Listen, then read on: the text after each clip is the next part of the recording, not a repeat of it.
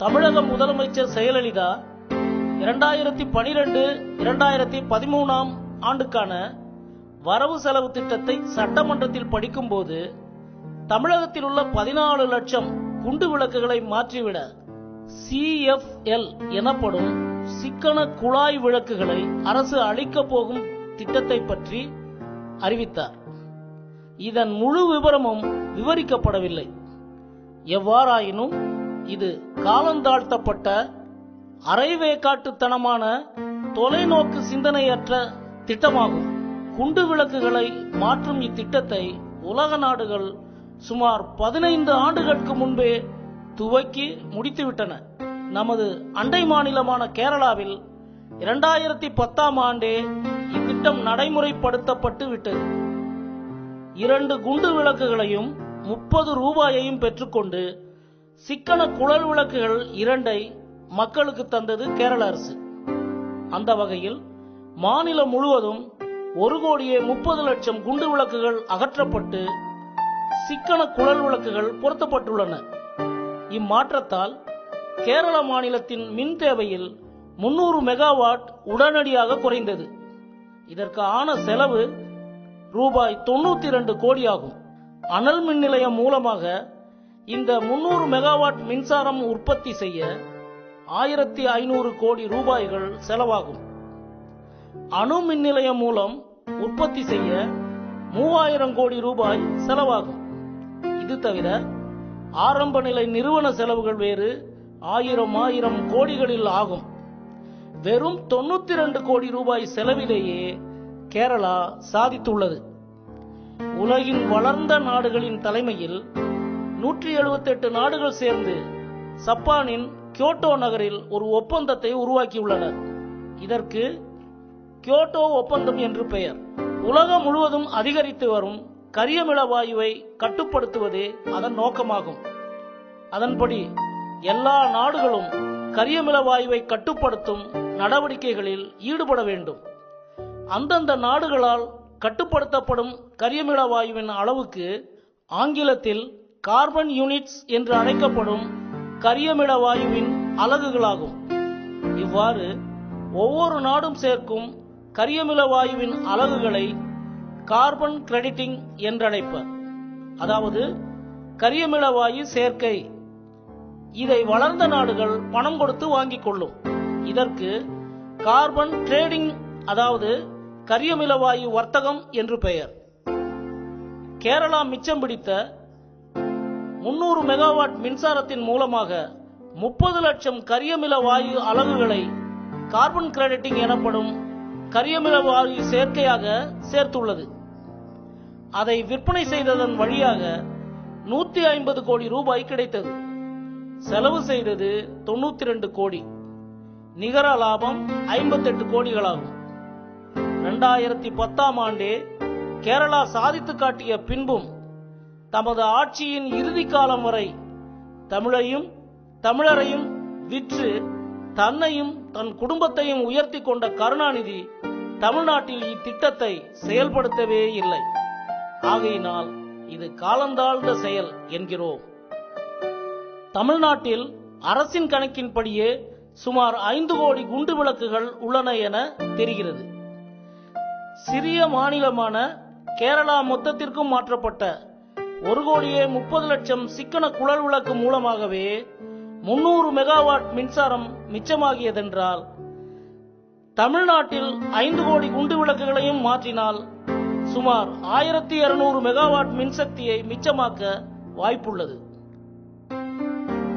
17,000 கோடி செலவு செய்து உருவாக்கிய கூடங்குளம் அணு உலையில் 2 உலைகளிலும் 2000 மெகாவாட் உற்பத்தியாக போவதாக நிர்வாக தரப்பினர் கூறுகின்றனர்.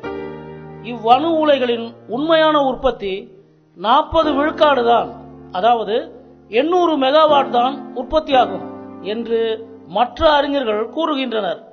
425 கோடி செலவு செய்தால் இதைவிட 1.5 மடங்கு மின்சாரத்தை சேமிக்கலாம். 425 கோடி எங்கே, 17,000 கோடி எங்கே?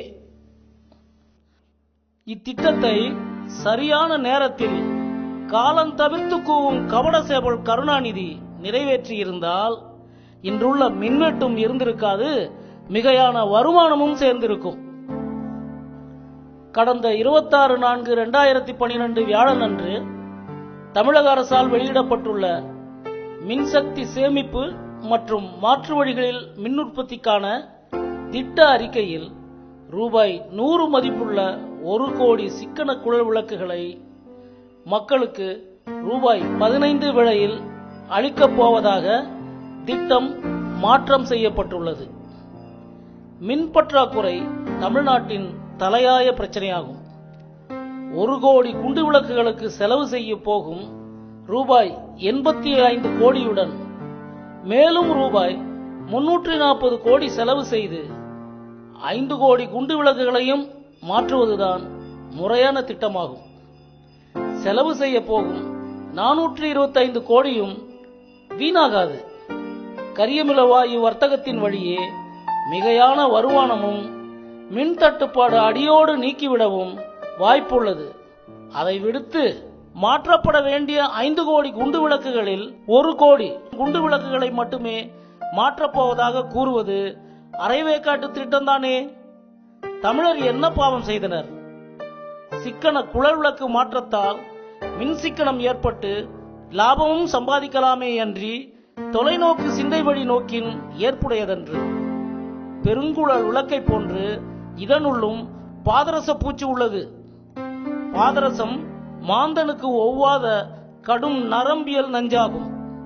இது மனிதனுக்கு உள்ளுக்குள் சென்றாலோ சுவாசித்தாலோ தோலுடன் தொடர்பு ஏற்பட்டாலோ தீமையாகும். ஒரு பேச்சுக்கு 5 கோடி குண்டு விளக்குகளையும் மாற்றினால் சில காலங்களுக்கு பின் தூக்கி எறியப்படும் போது 5 கோடி சிக்கன குழல் விளக்குகளின் பாதரசமும் ஏற்கனவேயுள்ள பெருங்குழல் விளக்குகளின் பாதரசமுமாக சேர்ந்து நிலத்தடி நீருடன் மக்கள் உபயோகத்திற்கு வந்தால் என்னவாகும் என்று கற்பனை செய்து பாருங்கள்.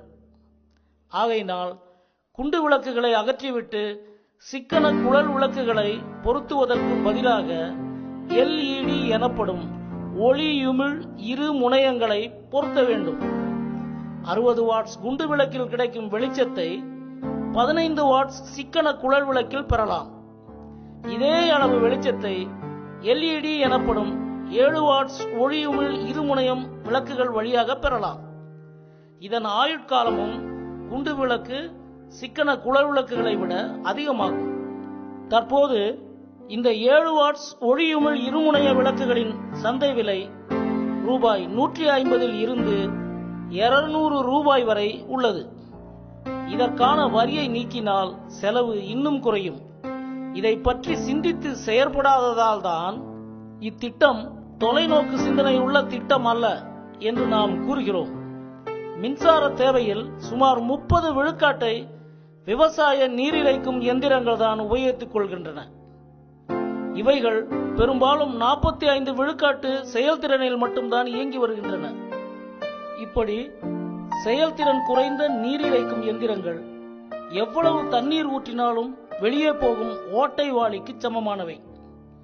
இதை தடுத்து நிறுத்தி மேம்படைய செய்யும் நடவடிக்கைகளை எடுத்தாலே சுமார் 7000 மெகாவாட் மின்சாரத்தை மிச்சப்படுத்த முடியும். இத்துடன் ஒளியுமிழ் இருமுனைய விளக்குகளை மாற்றுவதும் தான் தொலைநோக்கு சிந்தனையுடன் கூடிய சரியான செயலாகும்.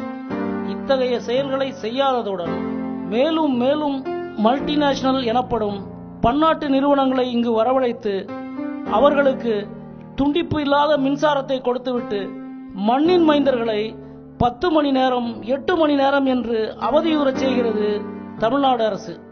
தமிழ்நாட்டை தமிழரே ஆட்சி செய்தால் கொஞ்சம் கொஞ்சமாவது இனப்பற்றோடு செயல்படுவார்கள். தமிழனின் தலைவிதி வந்தேரிகளும் வந்து இங்கு குடியமர்ந்தவர்களுமே தான் இதுவரை ஆட்சி செய்து வருகிறார்கள்.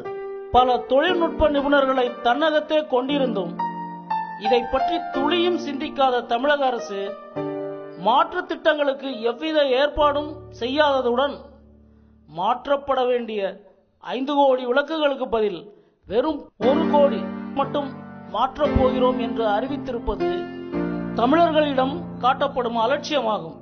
இதை தவிர்த்து இத்திட்டத்தை முறையான தொழில்நுட்ப வழிகாட்டுதலுடன் உடனடியாக செயல்படுத்த தமிழர் உலகம் பரிந்துரைக்கிறது.